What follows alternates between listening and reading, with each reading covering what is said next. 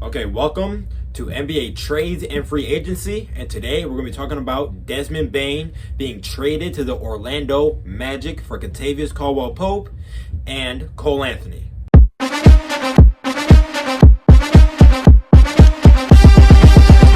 Ladies and gentlemen, introducing...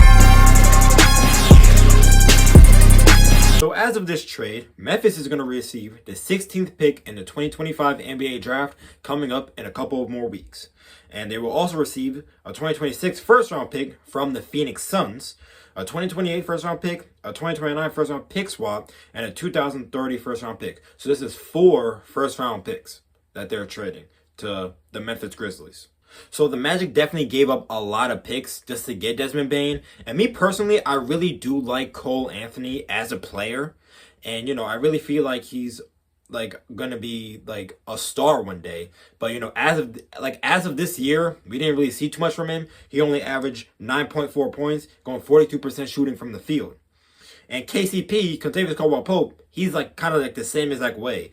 He's a great defender on the perimeter. He's going to give you shooting, but he only averaged 8.7 points this year, which is, which is crazy coming from, a player like him. He has championship experience, but, Orlando really didn't give that much to him offensively because they were a very strict defensive team.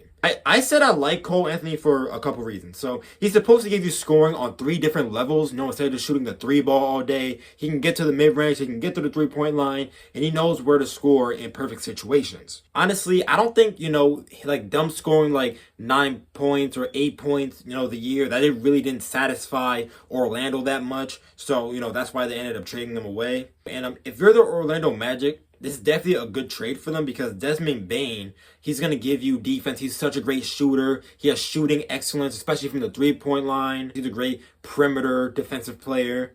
And for a team who finished last in 3-point percentage literally this year, and they got eliminated by Boston in the postseason, this is going to be a really great trade for them because now they're going to have some shooting. So this is probably it could be an A- for the Orlando Magic as of this trade. Because this is a pretty good trade for them. And they're also still going to have that really great, strict defense going on with it. Because Desmond Bane, he's such a great defender. And he's going to enforce and play great defense for y'all. So definitely going into the 2025-26 season, the Orlando Magic's defense is probably going to slap. And they're going to be a great contender. So if they're not having the injury issues, then they're going to be a really great team. And they could potentially finish top 3 in the conference, maybe top 5, which is where I had them, predicted this year. But, fortunately, because of the injuries, it didn't happen. Okay, now let's go on to the other side. So KCP and Cole Anthony, they're definitely going to need to ball out in their new positions if they want to be able to, express in, the Memphis Grizzlies spot. Both really great players, and they're going to be able to turn into all-star players if they do it right. But from a business standpoint, Memphis's 4 first-round picks may mean nothing if you think about it. Because the draft is coming up, and they're already talking about Kevin Durant, where he's going to go. And, the Spurs could potentially trade their pick and, probably get Kevin Durant in the squad. Because, they're looking at, maybe they could sign Dylan Harper. But what's the point of doing that if you have De'Aaron Fox on the team, if you have Victor Wembanyama on your team, if you have a person like Jeremy Sochan or Stephon Castle? Why would you want to, take Dylan Harper, and put him in that situation? Because he might not even be able to play. If he goes to San Antonio, he might not be able to play. So, definitely, where Kevin Durant is going, you're definitely going to be able to see, and they could potentially trade that pick. So, basically, this also could yield nothing because the 2026 first-round pick came from the Phoenix Suns. So, if Orlando is, a great team with their championship caliber for a couple more years coming, then, the Memphis Grizzlies are going to have an easier time getting into the lottery. Because, the Orlando Magic's not going to be in the lottery because they're going to have a great record. They added Desmond Bane. So if you're the Orlando Magic, they're definitely going to be able to get into the lottery easier. But, they probably don't want to aim for the lottery that much because they also want to win. Because they've been a first rounder for 3 years.